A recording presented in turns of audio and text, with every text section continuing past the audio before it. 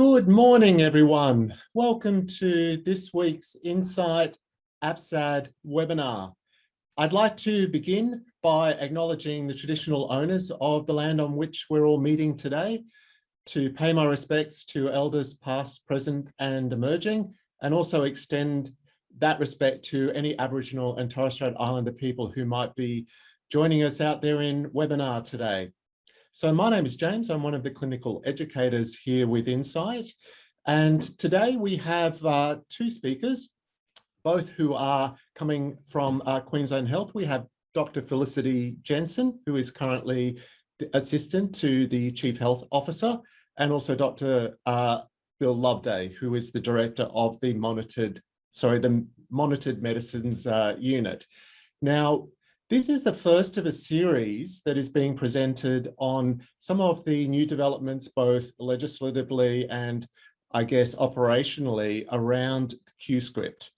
Now, I guess things like this in terms of monitoring of prescriptions, they sound quite intuitive and straightforward and really, really practical and useful. But as our speakers today will no doubt orientate us to, the work that goes on at both a systems and a practical and a technical level to achieve these types of policy initiatives is quite significant. So with our chat today, we'll have an opportunity, if you'd like, to just use the chat function to place any questions. We'll curate those and certainly come back at the end for Dr. Jensen and Dr. Loveday to be able to respond to any matters that need any clarification or that maybe aren't covered today. And also, just to let you know, we will remind people at the end, but just in case anyone needs to leave early today, there is a survey to complete as you exit. And we're not going to be here next week due to what was the Brisbane public holiday. However, we'll see where that ends up, but there is no webinar next Wednesday. So without any further ado, I'm going to hand over to you, Bill. I see you on the screen there, so it looks like everything's working. And thank you very much, everyone, for joining. Thanks, James, and thank you, everyone. I hope you can hear me okay and you can see the slides. Look, today we wanted to talk to you a little bit about, firstly, the legislative context around QScript and real-time reporting arrangements, and then introduce you particularly to QScript itself as the ICT solution and some of the elements of that as they relate to actual clinical practice. So Dr. Jensen will talk to those elements about QScript at the second half of the presentation, and I'll step you through just some of the high-level introductory contextual elements of the legislative arrangements.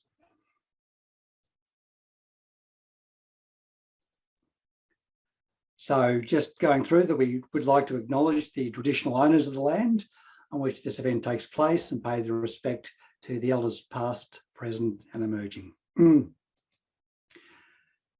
So welcome to QScript and the new Monitored Medicines and Poisons Act. So as James alluded to, this is a significant and large body of work and has been a long time in the pipeline, both in terms of both the new Medicines and Poisons Act and the real-time solution of QScript, or the real-time reporting prescription monitoring programs. Probably the reasons for a lot of this work happening in concert and in linkage is really there's been a long timeline around the legislative arrangements around medicines. The current health, drugs and poisons regulation sits back in 1996, and clearly the whole world has moved on in terms of practice, use of medicines, modern standards, electronic mechanisms for managing and prescribing drugs and the like. And there's a whole range of other contemporary things that need to be addressed in terms of addressing that whole legislative arrangement. Also, as part of that, and it has emerged over those last 20 years, is a particular focus on prescription opioids and a range of other medicines that we know are causing harms out there. In particular, there's been a couple of coronial reports in Queensland and across Australia, and we know, of course, about the prescription opioid issues in the United States. So the recognition was that Queensland and the government promoted that we needed to introduce and implement a real-time reporting system in the state, and the means to do so was within the context of the new Medicines and Poisons Act.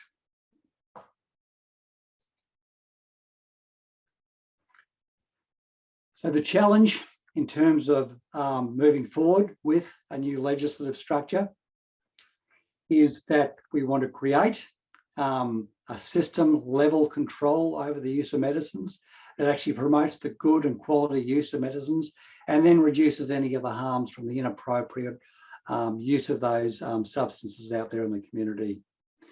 One of the other key elements of, as I've indicated, is that we wanted to set up a framework to allow for real-time prescription monitoring systems. And with that, clearly we have to work out the legislative arrangements to allow for the capture of information and the sharing of information in those legislative arrangements. And clearly the overarching work here is about promoting health services which are able to support the use of medicines in the community. Individually, clearly we're looking at the application of safe prescribing and dispensing practices across the whole continuum of medicine supply. We're looking to work out a mechanism by which early indications of problematic and high-risk use can be identified and addressed. And also we want to be able to inform health consumers of the benefits and the risks and the limitations of a range of prescription medicines. So what are the big changes with the new Medicines and Poisons Act? Well, there's quite a lot, but I think what we wanted to do today was talk to just 6 elements of those, just to give you a high level view, in particular as they relate to monitored medicines and QScript, our real-time reporting solution. So the 6 highlighted ones there, I'll just step through in brief to give you some introduction to the legislative arrangements. So the first element of this is the new Act will have a number of subordinate regulations. And there's a Medicines and Poisons regulation, and within that will sit the mechanisms for the QScript arrangements and the real-time reporting elements. There's a Medicines and Poisons and Prohibited Substances regulation, and there's a pest management regulation as well. Sitting off to the side of that and hanging off those regulatory instruments are a range of legislative or quasi-legislative arrangements, which are standards, guidelines and approved forms that really come out of the particular regulatory arrangements. So what is in the regulation? The new regulation sets out the who, the what and the how of activities of medicines can be undertaken. For instance, it authorises a registered nurse to undertake certain activities with particular medicines, depending on their qualifications and the settings in which they work. So there's key themes or streams of authorisations within the regulation to ensure that medicines are used appropriately by the appropriately endorsed people in the appropriate fashion.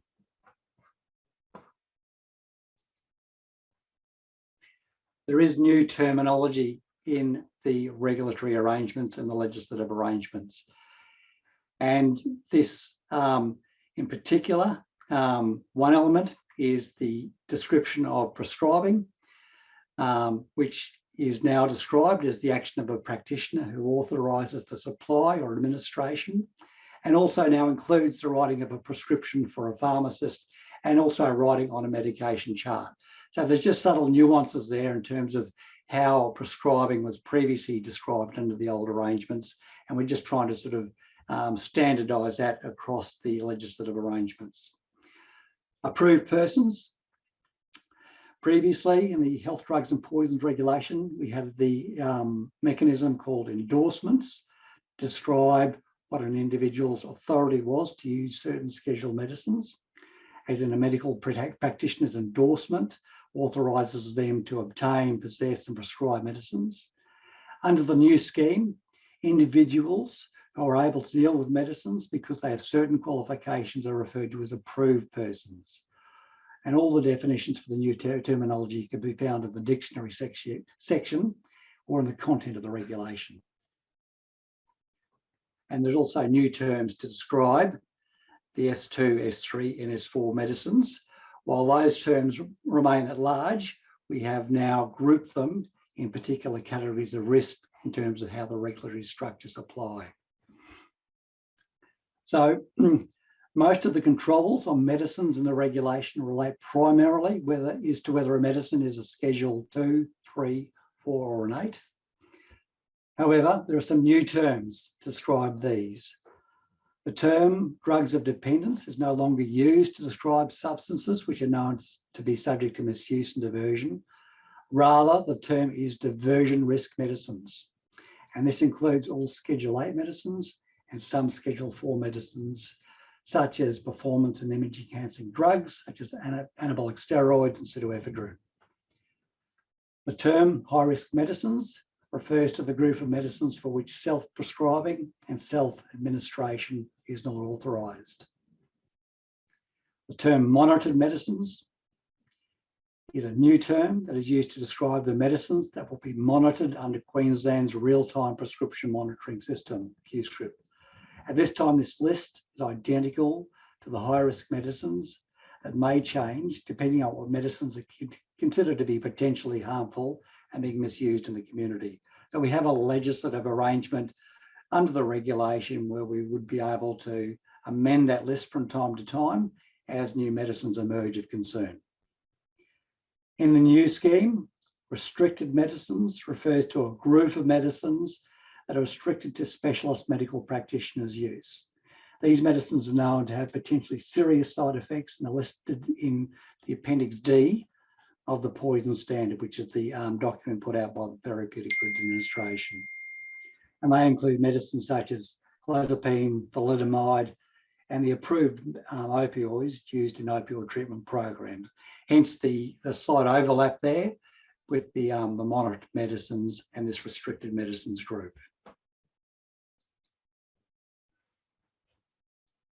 There are a number of approved persons scheduled included in the regulations, and this is to try and make more sense of some of those approved regimes in the new regulatory structure, and there's been listed according to professions what those particular authorisations and approvals allow particular professions to do.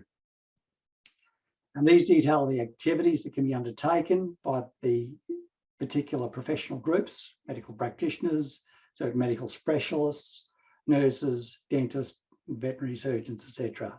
So this is an example of an approved person schedule for nurses in general, generally registered nurses. So it's in a table format.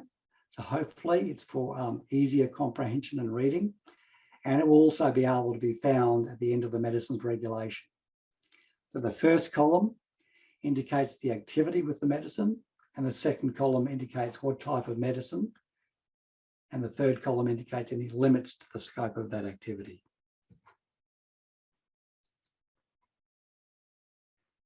There are 6 departmental standards, and probably the most relevant for this discussion is the monitored medicine standard. And particularly the monitored medicines has some linkages and tie-ins to QScript, and we'll talk to that a little bit further in Dr. Jensen's presentation.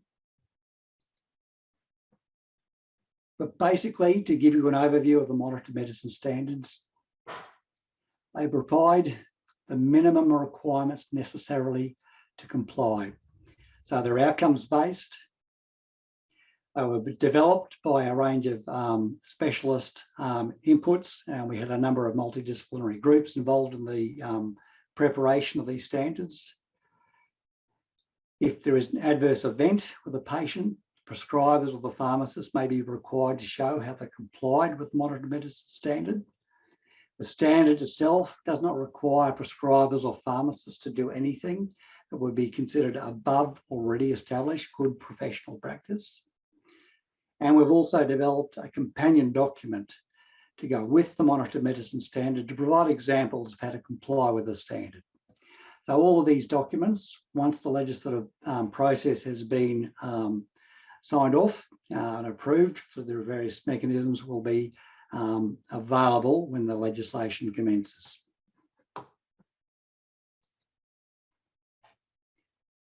So complying with the monitored medicine standard is the new mechanism by which we are moving forward with the new regulatory arrangements. So who needs to comply with the monitored medicine standard? And particularly we'll talk about prescribers and dispensers. So for a prescriber, when prescribing for supply and writing a prescription for monitored medicines to be dispensed to a pharmacist or at a community pharmacy, does invoke the requirement to comply with the standard, or when writing a prescription for another health professional to give a treatment dose to a patient, for example, in a rural hospital, and the medical superintendent is requesting a patient has a 7 days supply of monitored medicines to be provided to them by the RN on discharge. You don't need to comply with the monitored medicines standard when prescribing for administration.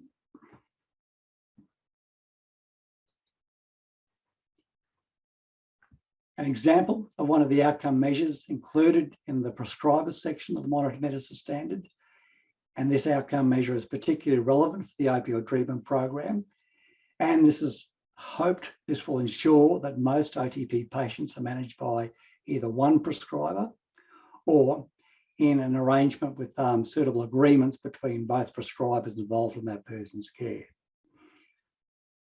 Note that the shared care arrangements that are in place in many public clinics are not included in this outcome and will be dealt with in another way. But for example, this particular outcome measure would particularly apply if, for instance, a community GP was looking to prescribe benzodiazepines for a OTP patient, was registered at a public sector clinic, and there would have to be an establishment of what we call a joint prescribing plan that was made explicit between that prescriber and the relevant prescriber or the relevant alcohol and drug service as to the terms and the arrangements around that particular prescribing arrangement.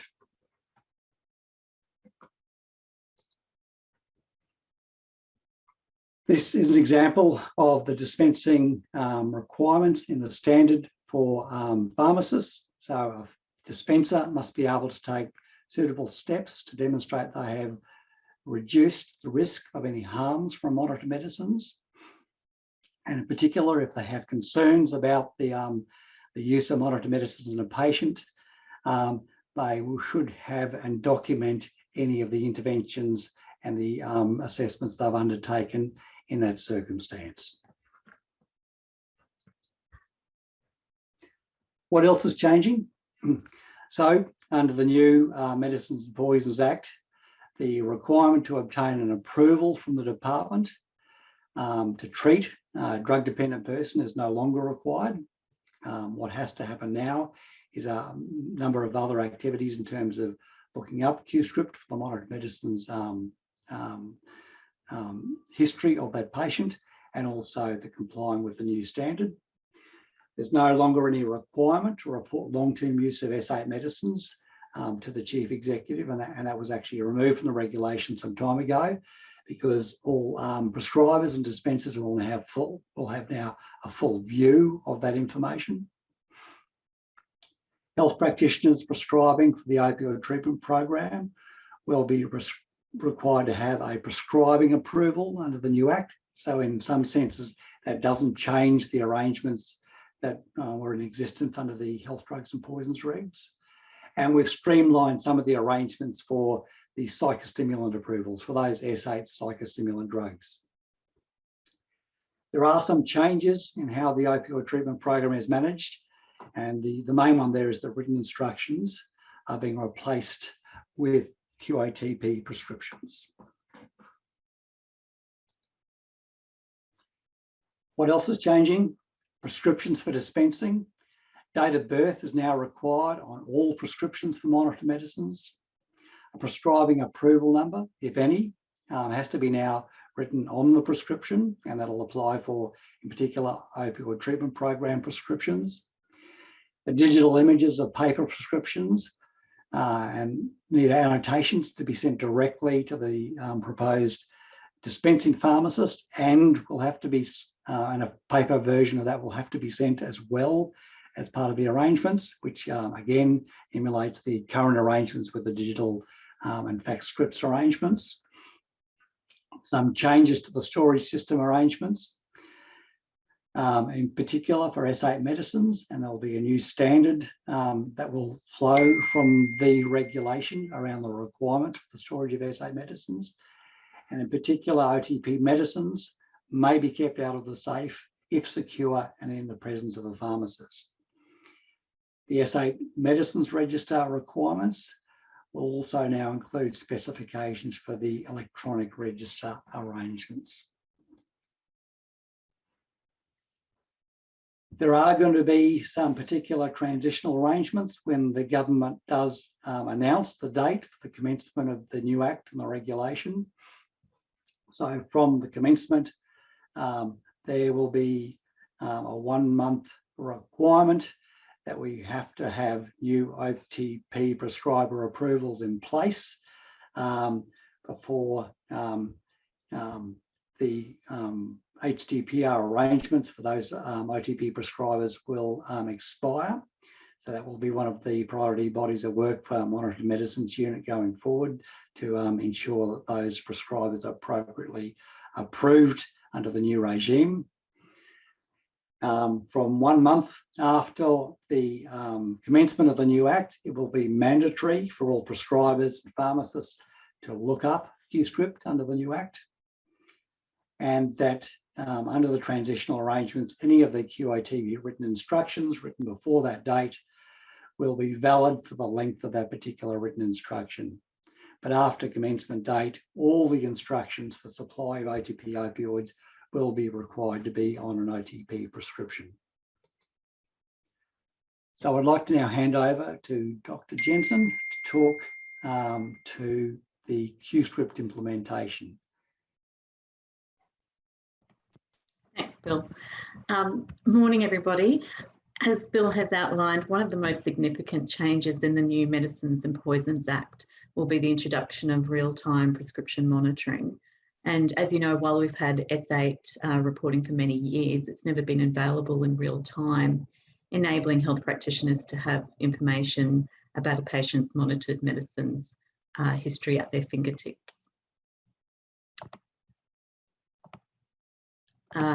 So QScript is Queensland's real-time prescription monitoring system and has been developed by the state government in response to harms associated with monitored medicines.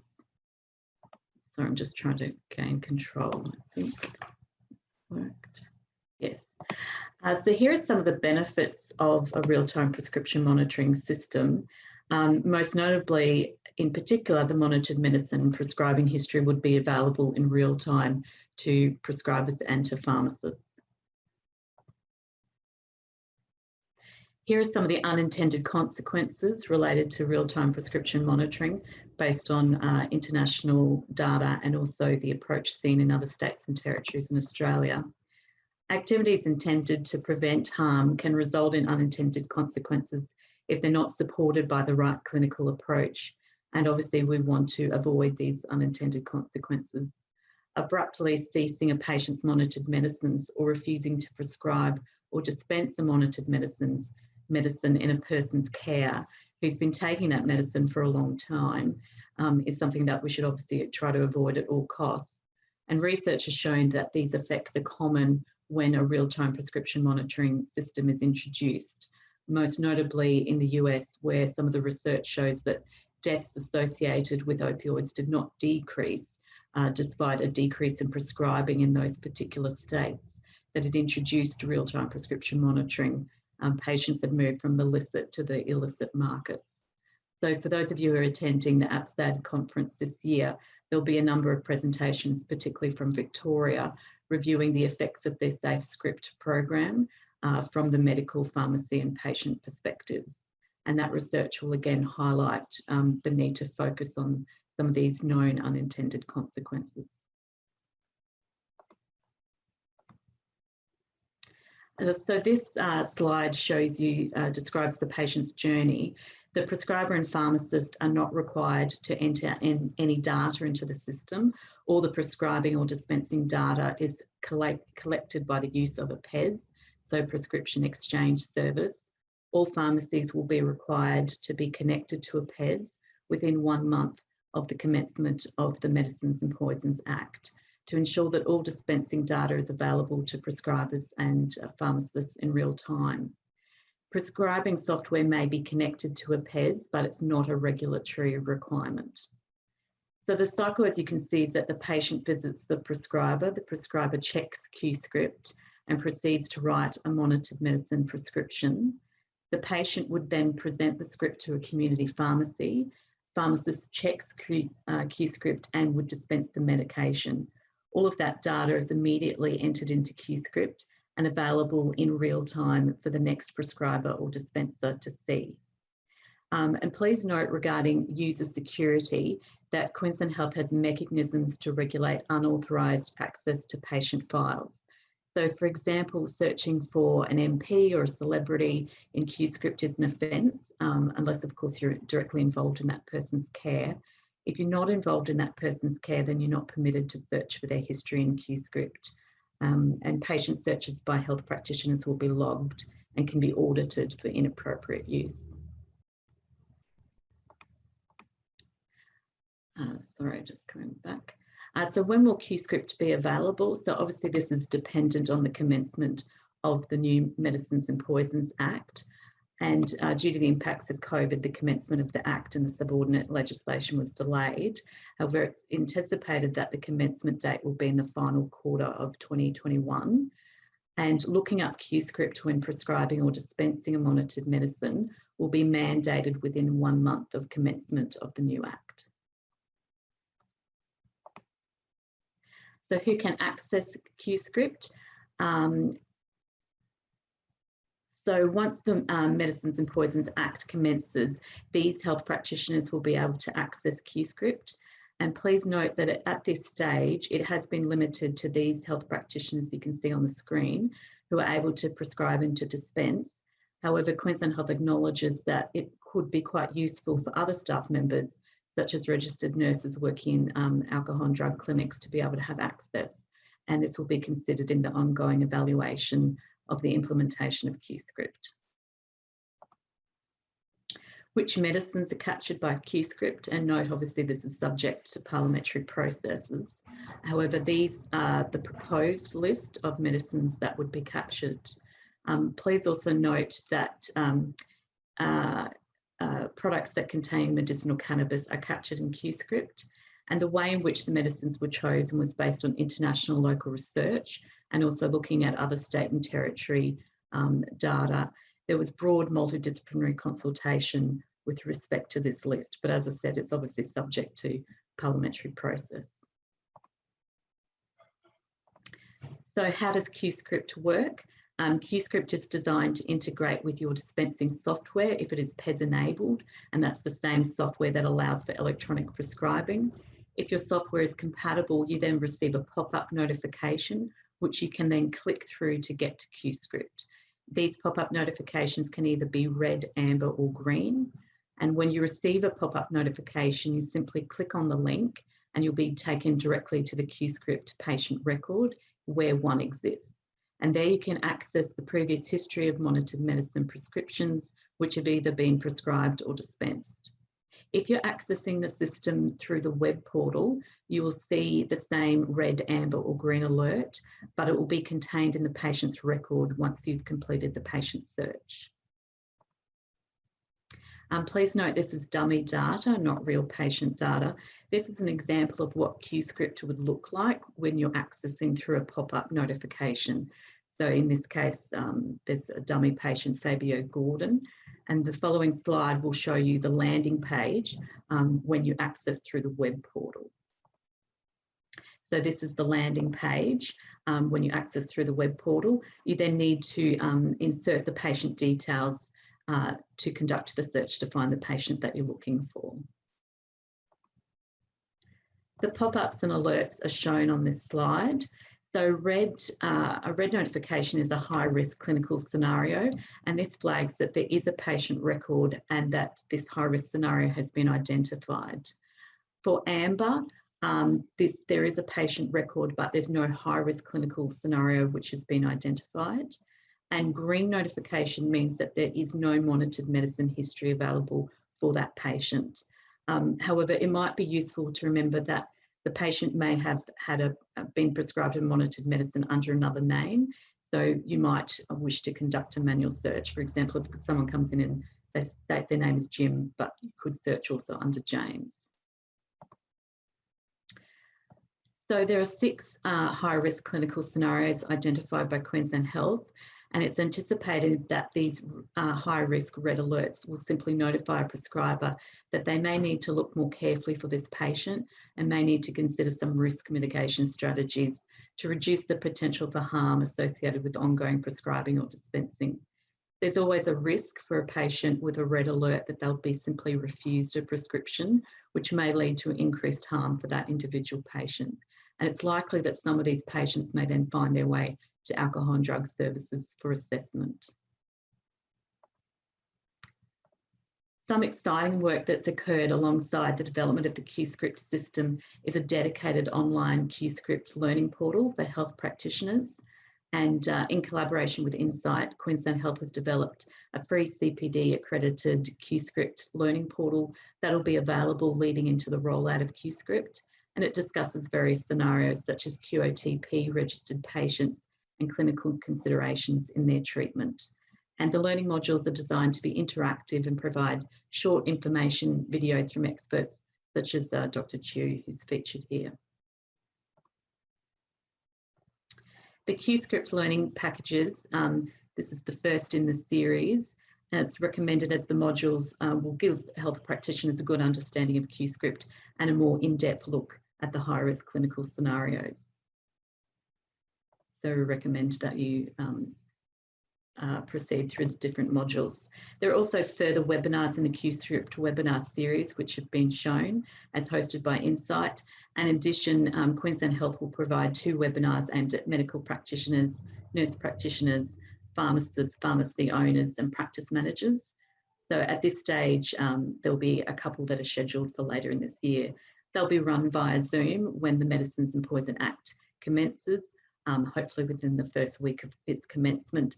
And it'll include some small videos explaining, for example, the login process, the functionality of the system, and how to read the information available in QScript. And they'll also be recorded and uploaded onto the learning portal once completed.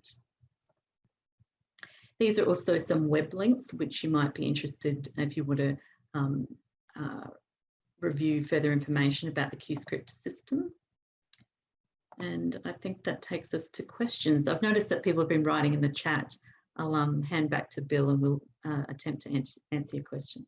Thank you very much, Bill and Felicity. Wow, yes, we have, as you've noticed, we've had some questions come through in the chat. And I don't think any of these were necessarily answered in your presentation, but even if they were, if you're happy to bear with us and just maybe kind of reflect on that again. Yes, so I guess, and I'll keep an eye on chat because I see that there's still some more coming through. So we'll try and keep an eye on those as well. So first of all, possibly just a bit of a general question here. With nurse practitioners, are there any changes under this legislation into their capacity to prescribe or their requirements under the QScript system? Hi, look, thanks for that question. Look, yeah, just I'm sorry if we did omit to recognise the role of nurse practitioners in providing opioid pharmacotherapy. But clearly, yes, nurse practitioners will have access to QScript. They will be approved under the regime as are other prescribers in the opioid therapy space. In terms of their endorsements and arrangements under the new Act, look, from my understanding, and I'm not part of that legislative team per se, but I don't believe there are any other expansions of any work there. But I think there's further work or information will be available when that new package of the Act is actually commenced. Thanks very much, Bill. Just in terms of going back to the diagram, we may not be able to go back to it in the presentation, but where you had the circles representing the different levels of sort of diversion risks, high risk monitored medicines. Is the monitored medicine circle, is that part of the high risk circle as in like a subset, or is it a separate list? Look, at the moment, they are the same list of drugs. It's just a little bit of artistic merit to be able to show the two diagrams without them completely overlapping. But in the future, potentially those two lists could diverge as new medicines become subject to a sort of scrutiny or other evidence of harms emerge, obviously. Sure, no, thank you for that. And just in relation to an MO in an inpatient setting, are they still required to prescribe QOTP medications to inpatient consumers?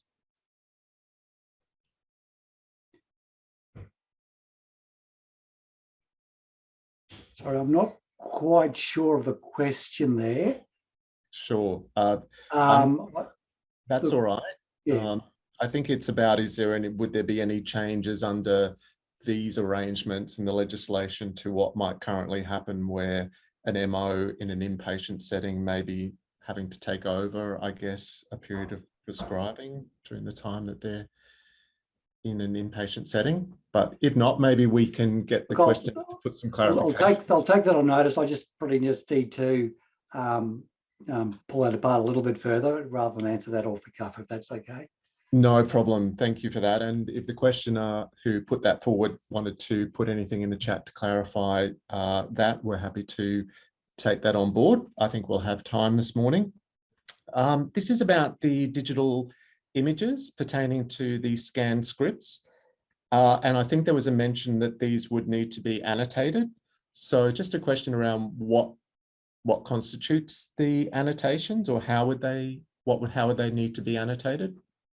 Look, again, further information will come on those issues. And again, that's part of the broader legislative package. So again, probably just wait and see. I can't give you an advice on that one just yet because none of this has been signed off by government at this point in time. Sure, understood. It's always in the detail, isn't it? A lot of these things. So, okay, options to access QScript data for prescribers who maybe do not have computer access. Are there any sort of contingencies there? Look, access can be available through computer access, but there's also availability through mobile devices as well. So there's going to be a very broad range of accessibility via most of the, devices, electronic applications that are available across the spectrum.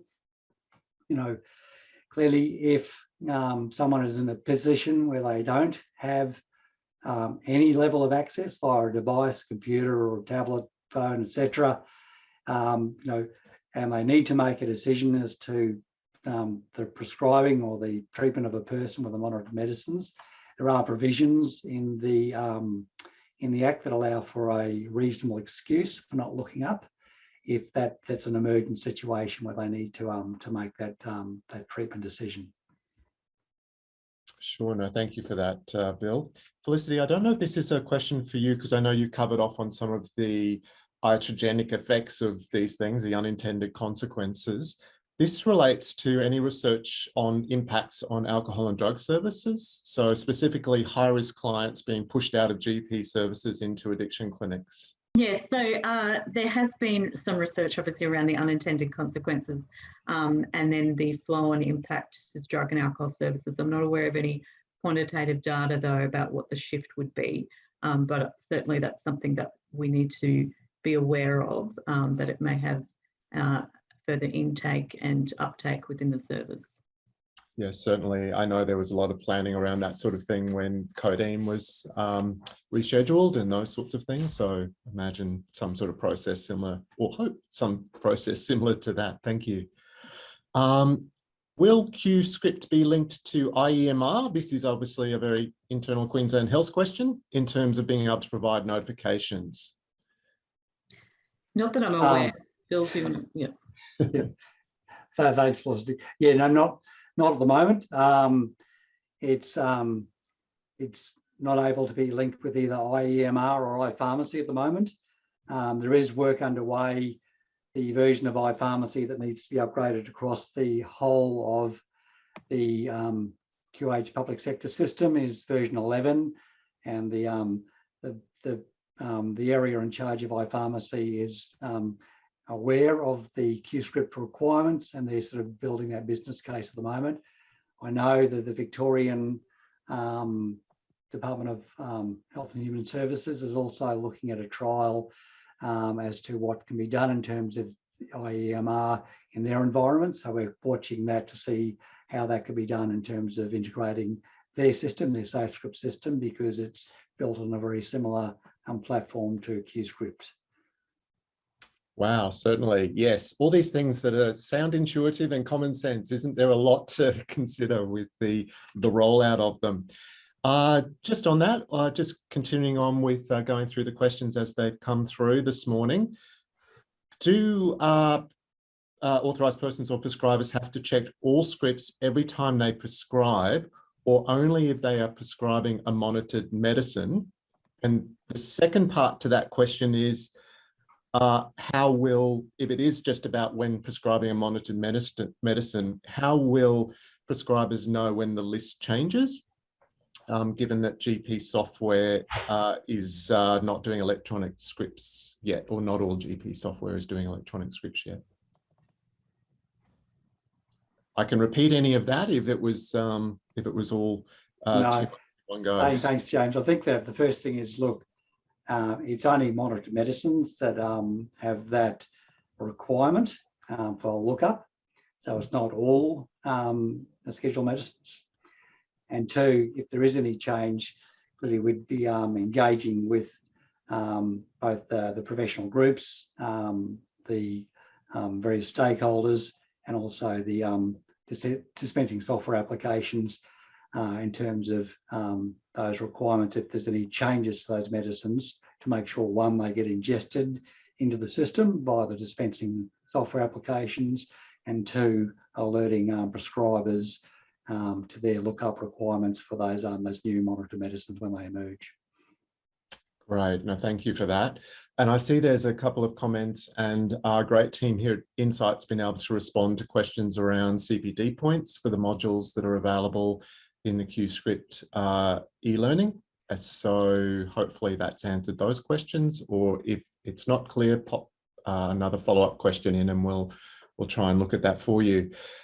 Just a question here, I guess it's a bit of a scenario. So say if 86-year-old Mary is being prescribed 15 milligrams of oxazepam, she's taken it every night for 10 years, will that now become a monitored medicine?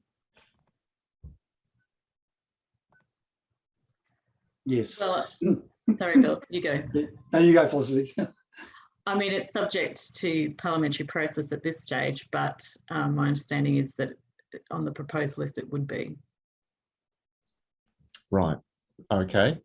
And just in terms of how far back will QScript have data? So once it goes live, will it have dispensing data from the beginning of this year, or what would be the threshold? Okay, so we've been ingesting data into the real-time system, into QScript, since around, I think it was November last year.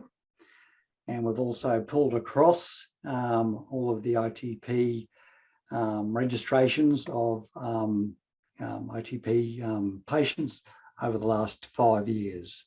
So there'll be a very comprehensive list of monitored medicines prescribing information.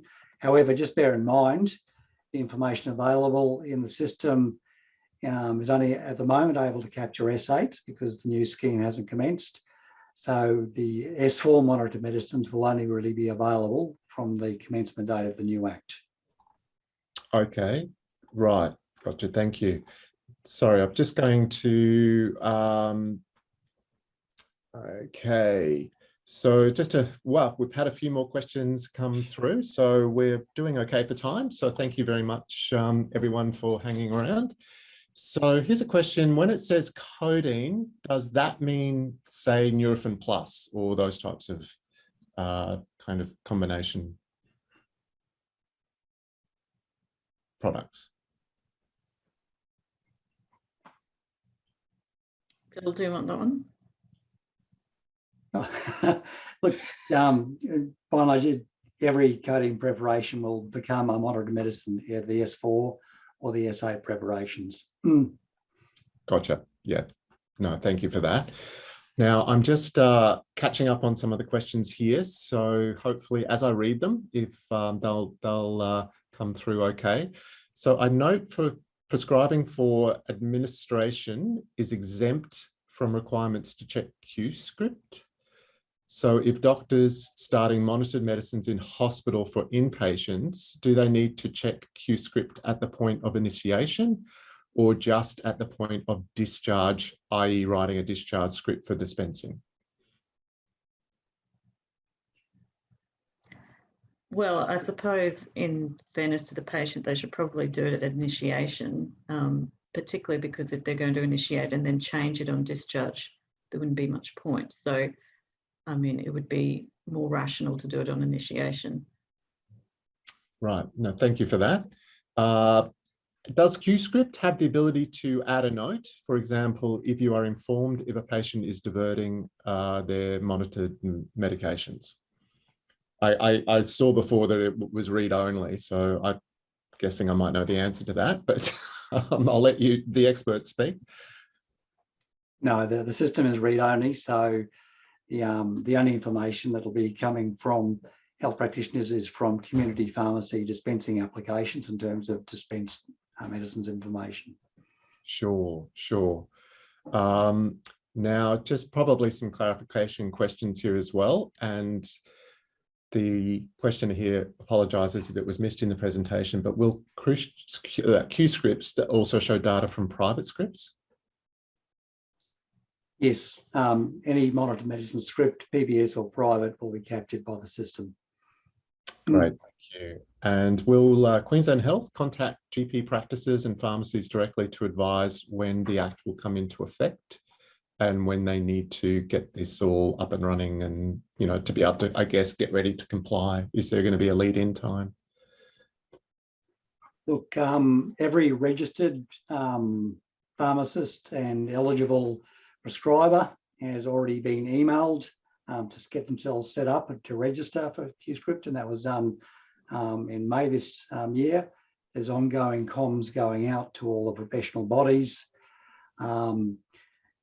We've got a process involved with community pharmacies at the moment, so we have over 95% of community pharmacies already directly uploading all their information, so they're by and large as a group all ready to go. And we understand the most of the prescribing applications out in the community space, particularly best practice and medical director, are already able to link into and integrate with QScript. So once the legislation commences, that will all be able to happen, and hopefully that'll happen rather seamlessly as well. Sure, no, thank you for that. And we're having some more questions come through. I'll just apologise in advance because we are due to finish at 11. So if we don't get through all the questions, we do apologise in advance for that today. This is one actually I've heard in my time. It's coming, some advocacy here around the alcohol and drug services. Is there going to be a requirement to, sorry, I just need to come back to that. Is a proposed return to wet signatures? Every alcohol and drug service in the state are begging for this not to happen. So I'm just, you might be able to shed some light on the first part of that question, is about, is there a requirement to return to wet signatures, or I guess hand scripts or written scripts? Okay, look, bearing in mind the legislative process, but look, we have heard that. We've had some discussions and engagement with Dr. Rowley and the Mental Health, Alcohol and Other branch. So we believe we have a solution to go forward to allow for the preservation of electronic signatures in SIMA, and we just have to organise how that can be dealt with under the new approval regime for public sector prescribers. We'll provide further information once we get that sorted out. Great. You've probably just done a service of benefit to many people to let them know that's a possibility. And apologies for those out there who are having to hear some of the Queensland Health shop talk, because certainly, I guess, different aspects of this affect different services depending on your context. Question here about nurse practitioner candidates. They're currently unable to access QScript as they're not endorsed with APRA as a nurse practitioner, but they will need it to be able to access QScript during their training candidature to meet learning and training requirements. Is that a consideration or something that just to be taken on notice for now? Look, I think we probably have to take that under consideration, but the arrangements are reasonably tight in terms of the legislation only allows for a registered person to be given access. Yeah. So having someone in a pre-registration status is probably a little bit tricky from a legal perspective. Sure, understood. Thank you. And how does the Act / regulation apply in the context of a paper-based prescribing system not yet linked to a PES, e.g. inpatient medication chart prescriptions? Will prescribers be required to look up QScript before prescribing in this context? And will prescribers be required to record somewhere that these medications or these medicines have been prescribed? Yeah, look, that's a good question. There are still people out there who are using paper-based prescribing arrangements. The legislative requirement is still that you must look up before prescribing. The action, whether electronically or on paper, is the same and invokes the same legislative requirement. Really, the requirement for recording is really about any issues around meeting your requirements with the monitored medicine standard. So again, just bearing in mind all those elements that are talked about in complying with the monitored medicine standards are not any more than would be expected as standard good professional practice anyhow. Great, no, thank you for that. And I see there's also some information put in there from our moderator about links to some of the help pages that the system has and that they'll be continued to add to. And there's a link there for anyone who wants to note that at the moment. This might be a simple yes or no. So an ATOD's or a clinical nurse consultant or CL not able to access QScript? No, not at this time.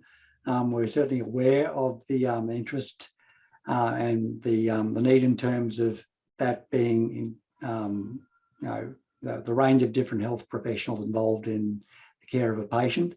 So we will be looking at how that could be arranged both through the privacy arrangements and also if there's any other legislative arrangements that need to come into play to enable that, and whether there's any other ICT elements, but that's future work. Great, no, thank you. And this is going back to the earlier question, because we've had some clarification points on it around inpatient medical officers. So currently inpatient medical officers can prescribe freely for inpatient consumers requesting Suboxone or Methadone. Once the consumer is discharged, the same prescriber cannot prescribe this medication without training and having had an addictions placement. So I guess that's your authorization process there. Will inpatient MOs still be able to prescribe QOTP meds to inpatient consumers? Can I just, I will take that on notice. So that's just a question I'll probably need to clarify with the legislation people. Sure, no problem. That sounds like it's about initiation anyway, rather than kind of maintenance, but sure. So if QScript is through a separate portal, will written instructions that are prepared through CIMA be restricted? Again, a bit of an internal Queensland Health thing here, so bear with us if you're not from Queensland Health. Currently, RNs are able to prepare written instructions in CIMA for approval by the nurse practitioner or the medical officer. Will that be removed if nurses are not able to access the QScript portal? Look, there probably is a bit of internal discussion, but look, CIMA and QScript aren't integrated. So whatever happens in CIMA, as long as it meets the legislative requirements, will be able to continue. It will just be still a requirement on the prescriber, the person who signs either electronically or in wet that written or that prescription in the new regime. They will have to look up the system at the point of actually making that prescription. Sure. No, thank you for that. We do have a few minutes to go. If Bill and Felicity, you're happy to stay with these questions. Thank you. Thank you for that. That's great. But I will probably say that we might need to just end any new questions being entered into the chat now, because there's a few to get through. So I do apologise, but there will be other webinars in the series, as Dr. Jensen kindly advertised, and they're also available on our Insight series webinar calendar. So just a question here, is there a backup system in place? So if there's any downtimes or things that happen with computers? Yeah, look, we understand with the way the feeds work, and the main element really is about information coming from dispensing locations, community pharmacies primarily.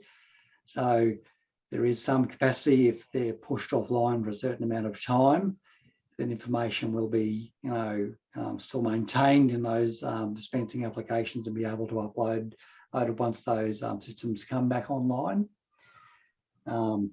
It's a little bit trickier, obviously, and we'll find out more about this as obviously we go further into the system and the implementation. But clearly, if a practitioner is not able to access the system, if it is actually down, we've got appropriate sort of fallback mechanisms in terms of, recovery requirements with our vendor. But that's the same with any other application. We just have to work our way through what those particular issues might be. And again, in terms of those legislative requirements, there are those reasonable excuse provisions, so it wouldn't get in the way of clinical care. If a treatment or a prescription or a dispensing still needs to happen, and clearly the system is inaccessible, that's not a barrier to a health professional continuing to either prescribe or dispense in those circumstances. Sure. No, thank you for that. Will it be linked to the viewer? No, it won't be linked to the viewer at this time. We are looking at having an internal type app to allow QH employees to be able to access the portal, and we're working with eHealth Queensland to organise that as well. Yeah, sure. Thank you. Now, I'm just bearing in mind that we only have about 1 minute left. So I'm just going through some of the questions here to see. So obviously, there's some questions here about the communication plan and information for community in general. Is that likely to happen? Or the plans for that, I guess. Yeah, there's already been I suppose 12 months of ongoing comms going out to community practice in terms of pharmacy and community GP stakeholder organisations. Clearly, we've ramped that up in the last few months with the registration process, and also with the launch of all the Insight learning modules as well. Right. No, thank you for that. And that might, and there's just a comment here, I think not necessarily a question. And in terms of that comms plan, most GPs think QScript is about S8s. So obviously that's going to be part of the discussion and the information that's going to need to be out there. And just a question here, is dihydrocodeine on the list to be considered as a modern medicine? the one that's in cough suppressants. That might be a bit kind of technical, or that might be not to answer at the moment. I'll take that on notice. Yeah. I'll just have to look at the scheduling of that particular preparation.